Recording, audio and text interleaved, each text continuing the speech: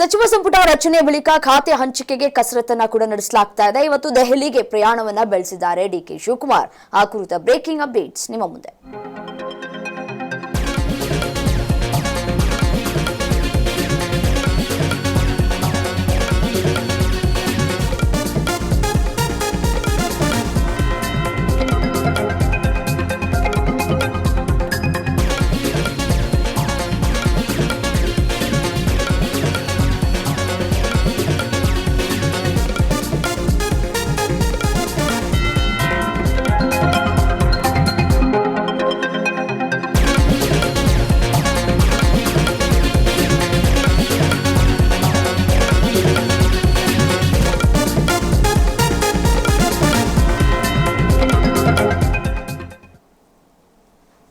ಸಚಿವ ಸಂಪುಟ ರಚನೆ ಬಳಿಕ ಖಾತೆ ಹಂಚಿಕೆಗೆ ಕಸರತ್ತನ್ನ ನಡೆಸಲಾಗ್ತಾ ಇದೆ. ಖಾತೆ ಹಂಚಿಕೆಗೆ ಕಾಂಗ್ರೆಸ್ ಹೈವೋಲ್ಟೇಜ್ ಕಸರತ್ತನ್ನ ಮಾಡ್ತಾ ಇದೆ. ಇವತ್ತು ಸಂಜೆ ದೆಹಲಿಗೆ ತೆರಳಿಕ್ಕಿದ್ದಾರೆ ಸಿಎಂ ಡಿಕೆ ಶಿವಕುಮಾರ್.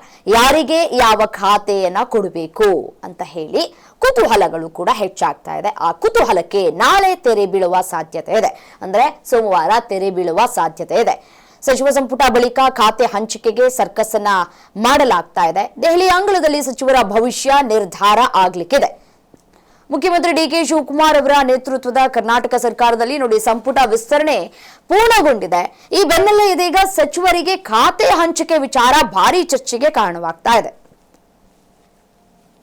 ಒಂದ್ ಕಡೆ ನೋಡಿ ನೂತನ ಸಚಿವರು ಹಾಗೂ ಹಾಲಿ ಸಚಿವರ ನಡುವೆ ಪ್ರಮುಖ ಖಾತೆಗಳಿಗಾಗಿ ಪೈಪೋಟಿ ಈಗಾಗಲೇ ನಡೀತಾ ಇದೆ. ಸಚಿವ ಸಂಪುಟಕ್ಕೆ ಹೊಸ ಮುಖಗಳಿಗೆ ಅವಕಾಶವನ್ನ ಕೂಡ ನೀಡಲಾಗಿದೆ. ಇದೀಗ ಅವರಿಗೆ ಯಾವ ಖಾತೆಯನ್ನ ನೀಡಬೇಕು ಅನ್ನೋದರ ಬಗ್ಗೆ ಮುಖ್ಯಮಂತ್ರಿ ಡಿಕೆ ಶಿವಕುಮಾರ್ ಹಾಗೂ ಕಾಂಗ್ರೆಸ್ನ ಹೈಕಮಾಂಡ್ ನಡುವೆ ಚರ್ಚೆಗಳು ಕೂಡ ಆಗ್ತಾ ಇದೆ. ಇತ್ತ ಮಹತ್ವದ ಖಾತೆಗಳಾಗಿರುವಂತಹ ಇಂಧನ, ಗೃಹ ಗ್ರಾಮೀಣಾಭಿವೃದ್ಧಿ ಮತ್ತೆ ನಗರಾಭಿವೃದ್ಧಿ, ಲೋಕೋಪಯೋಗಿ, ಹಣಕಾಸು ಖಾತೆಗಳ ಮೇಲೆ ಹಲವು ಸಚಿವರು ಕಣ್ಣನ್ನ ಇಟ್ಟಿದ್ದಾರೆ. ಹಲವು ಹಿರಿಯ ಸಚಿವರು ಪ್ರಮುಖ ಖಾತೆಗಾಗಿ ಈಗಾಗಲೇ ಲಾಭಿಯನ್ನ ನಡೆಸ್ತಾ ಇದ್ದಾರೆ. ಹೊಸ ಸಚಿವರಲ್ಲಿ ಕೆಲವರು ಪ್ರಭಾವಿ ಖಾತೆಗಳನ್ನ ಪಡೆಯುವಂತಹ ನಿರೀಕ್ಷೆಯಲ್ಲಿದ್ರೆ, ಹಾಲಿ ಸಚಿವರು ತಮ್ಮ ಬಳಿ ಇರುವಂತಹ ಖಾತೆಗಳನ್ನ ಉಳಿಸಿಕೊಳ್ಳುವುದಕ್ಕೆ ಪ್ರಯತ್ನಗಳನ್ನ ಮಾಡ್ತಾ ಇದ್ದಾರೆ ಅನ್ನುವಂತಹ ಮಾಹಿತಿಗಳು ಸದ್ಯಕ್ಕೆ ಸಿಗ್ತಾ ಇದೆ. ಈ ಸಂದರ್ಭದಲ್ಲಿ ಈ ಖಾತೆ ಹಂಚಿಕೆ ವಿಚಾರ ಇದೆಯಲ್ಲ, ಸೊ ಯಾವುದೇ ರೀತಿಯಾದಂತಹ ಅಸಮಾಧಾನ ಉಂಟಾಗಬಾರದು ಅನ್ನುವಂತಹ ರೀತಿಯಲ್ಲಿ ಕಾಂಗ್ರೆಸ್ನ ಹೈಕಮಾಂಡ್ ಹಾಗೆ ರಾಜ್ಯ ನಾಯಕರುಗಳು ಕೂಡ ಸಮನ್ವಯದೊಂದಿಗೆ ನಿರ್ಧಾರವನ್ನ ತೆಗೆದುಕೊಳ್ಳುವಂತಹ ಅಥವಾ ಕೈಗೊಳ್ಳುವಂತಹ ಸಾಧ್ಯತೆಗಳು ಕೂಡ ಇದೆ. ಈಗಾಗಲೇ ಡಿಕೆ ಶಿವಕುಮಾರ್ ಅವರು ಸಿದ್ದರಾಮಯ್ಯನವರನ್ನ ಭೇಟಿಯಾಗಿ ಒಂದು ಸುತ್ತಿನ ಮಾತುಕತೆಯನ್ನ ಕೂಡ ನಡೆಸಿಕೊಂಡು ಬಂದಿದ್ದಾರೆ. ಸೊ ಈ ನಡುವೆ ಖಾತೆಗಳನ್ನ ಪುನರ್ ಹಂಚಿಕೆ ಮಾಡಲಾಗ್ತಾ ಇದೆ ಅನ್ನುವಂತಹ ವಿಷಯ ಮತ್ತೆ ಮುನ್ನೆಲೆಗೆ ಬರ್ತಾ ಇದೆ. ಹೌದಾ ಅನ್ನುವಂತಹ ಪ್ರಶ್ನೆಗಳು ಕೂಡ ಕಾಡ್ತಾ ಇದೆ.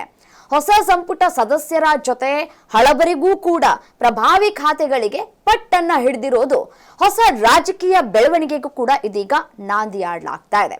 ಇನ್ನು ಮೊದಲ ಬಾರಿ ಸಂಪುಟ ವಿಸ್ತರಣೆ ಆದಂತಹ ಸಂದರ್ಭದಲ್ಲಿ ಕೊಟ್ಟ ಖಾತೆಗಳ ಬಗ್ಗೆ ಯಾವ ರೀತಿಯಾಗಿ ಬಹಿರಂಗವಾಗಿ ಅಸಮಾಧಾನವನ್ನ ಹೊರಹಾಕಿದ್ರು ರಾಮಲಿಂಗಾರೆಡ್ಡಿ ಅವರನ್ನೋದನ್ನ ನಾವು ಗಮನಿಸಿದ್ದೀವಿ. ಅದೇ ರೀತಿಯಾಗಿ KH ಮುನಿಯಪ್ಪ ಅವರು ಮತ್ತೆ ಕೃಷ್ಣ ಭೈರೇಗೌಡ ಅವರು ಸೊ ಹೆಚ್ಚುವರಿ ಖಾತೆ ಕೇಳಿದವರು ತಾವು ಬಯಸಿದಂತಹ ಖಾತೆ ಸಿಗ್ಲಿ ಅನ್ನುವಂತಹ ನಿರೀಕ್ಷೆಯನ್ನ ಕೂಡ ಇಟ್ಕೊಂಡಿದ್ರು. ಅದು ಯಾವ ರೀತಿಯಾಗಿ ಹುಸಿ ಆಯ್ತು ಅನ್ನೋದನ್ನ ಗಮನಿಸಿದೀವಿ. ಈ ಬಾರಿಯೂ ಕೂಡ ಆ ರೀತಿಯಾಗಿ ಆಗಬಾರದು ಅನ್ನುವಂತಹ ನಿಟ್ಟಿನಲ್ಲಿ ಒಂದಷ್ಟು ಚರ್ಚೆಗಳಾಗ್ತಾ ಇದೆ. ಹಿರಿತನ, ಅನುಭವ, ಇಲಾಖೆ ವಿಷಯಗಳ ಮೇಲಿನ ಹಿಡಿತ ಮತ್ತಿತರ ಮಾನದಂಡವನ್ನ ಪಾಲಿಸಬೇಕು. ಆ ಒಂದು ಪಾಲಿಸಿ ಖಾತೆಯನ್ನ ಹಂಚಿಕೆ ಮಾಡಬೇಕು ಅನ್ನೋದು ಹೈಕಮಾಂಡ್ನ ನಿರ್ಧಾರ ಕೂಡ ಆದಂತೆ ಕಾಣಿಸ್ತಾ ಇದೆ.